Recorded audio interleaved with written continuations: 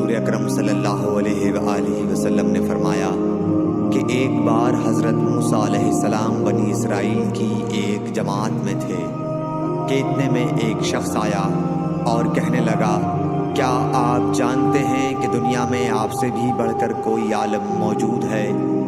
حضرت موسیٰ علیہ السلام نے فرمایا کہ نہیں۔ تب اللہ تعالیٰ نے حضرت موسیٰ علیہ السلام پر وحی نازل کی کہ ہاں، ہمارا بندہ خضر علم میں تم سے بڑھ کر ہے۔ تو حضرت موسیٰ علیہ السلام نے ان سے ملنے کی راہ دریافت کی۔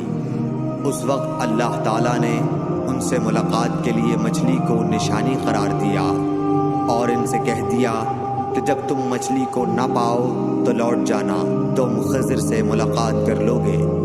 حضرت موسیٰ علیہ السلام دریا میں مچھلی کے نشان کا انتظار کرتے رہے۔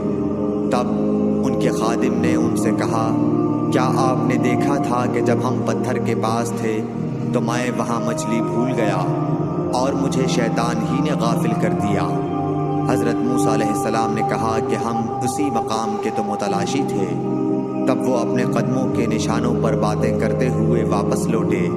وہاں خضر علیہ السلام کو انہوں نے پایا۔ پھر ان کا قصہ وہی ہے جو اللہ تعالیٰ نے اپنی کتاب میں بیان فرمایا ہے۔ صحیح بخاری حدیث نمبر 78۔